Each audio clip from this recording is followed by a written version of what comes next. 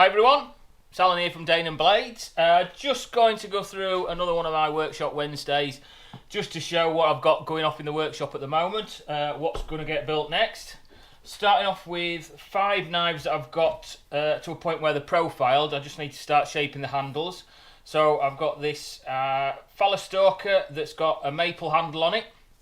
That's been stabilised, so it should polish up quite nicely, that one. That one's either going to a store or it's going to be set up for grabs. I've got 2 that are going to be Halloween specials as it's coming up. So we've got an orange and black G10, that's on a phallus stalker, orange G10 liners. And this one, which is Froggy Burgundy it's called, it's one of those inlace materials, which is a green and a red burgundy sort of colour to it with some dark red G10 liners on that one. That's a phallus rose stalker rather. Another rose stalker that I'm finishing off is this one, which is a piece of Buckeye Burl, black G10 liners.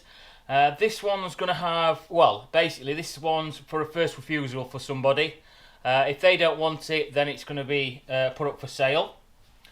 Right, this next one I'm quite happy with.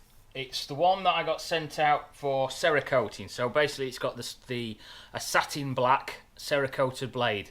I won't show the other side because it's got my somebody else's logo on it, but my logo's gone onto that side, so I've had that laser etched in. It's just got a slight gold effect. I think that's with that's the laser affecting the steel, or colour in the top of the steel, but I quite like it anyway. I've gone round the edges, polished those up because of the way that I've done my handle. It's easier for me to do it that way. I've just got the bevel to put onto the knife and shape the handle up, and then that's pretty much ready. Part way through with the sheath, so hopefully should get some photos of that one up shortly of it all finished. A few blades that are going off for heat treating, so these ones have all had the file work put down the spine.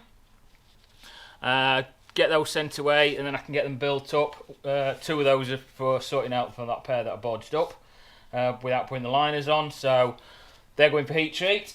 And sheaths for them, I put a little bit of a video together which I'm going to play now.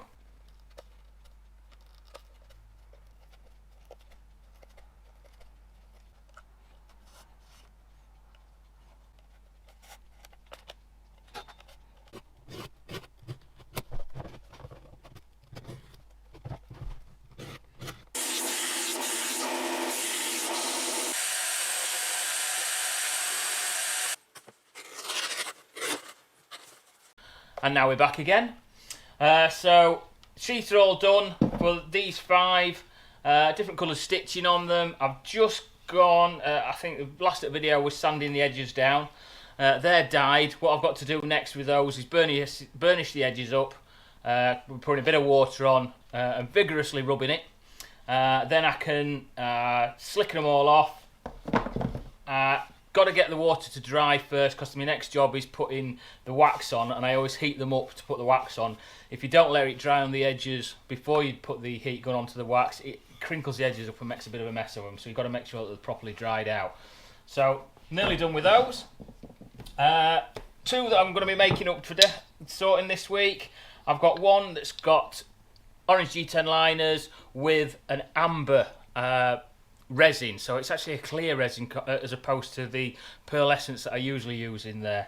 So this one's been on for a while. I've still got to sort the sheath out for them, but they're going onto a rose stalker that's got a full flat on. So I'll finally get those made up. Also got another inlace material, sort of like blue and white. That's going onto a ghillie short. Now the liners that I've got for this one, they look darkish. But they're actually turbo glow, glow in the dark stuff. So I sent another order out to Carbon Wave to get the liner material. So I've got 3 of them sent through. So I've got a bit of sky blue, so a lightish coloured one, the sapphire, and also the yellow. So I'm going to put these outside for a minute, and then the next thing you'll see is these in the dark.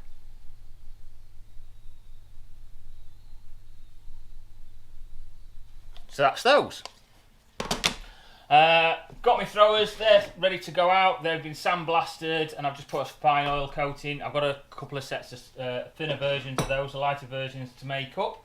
Hopefully get them sorted before Christmas. And the next thing I've got is a big box full of walnut. So these are from a manufacturer, a supplier of walnut for gun stocks over in Turkey. So it's Turkish walnut, but they were selling some blocks off, ideal sizes for making handle material out, with some really nice patterning. I mean, look at the quality of patterning that's on that piece. These got to be stabilised though. The only thing I'm not quite sure about is once it's stabilised and polishing it up and getting a nice finish off from a stabilised piece of wood, because you've got to sand it down using true oil, building up a coating over the outside of it, polishing it and sanding it, even wire wool to polish it in between times. So I'm just trying that with a piece that I've got from quite a while ago that's already stabilised, seeing how it comes out. But I've got quite a few of these blocks, so let's see if I can get some more out. So patterning on that one, quite smart. Another piece here. So this, once it's polished up, it should look lovely on a knife handle. I have used it before. I have used it where it has been unstabilised and it actually caused a problem for the handle material. It didn't quite work properly, so it's got to be stabilised to put on. Just because if it gets wet, some people will put it onto a boiler to try and dry them off, because they think that's a good thing to do with wood, when really you need it to dry naturally. Otherwise it just starts warping and cracking, but the stabilising obviously gets rid of that possibility. Well, there we go. So yeah, so that should look really nice. So loads of blocks of those, so hopefully in the future you should see one of those coming. But other than that, I think that's all I've got for you, and I'll see you next time. Thank you very much, see you later.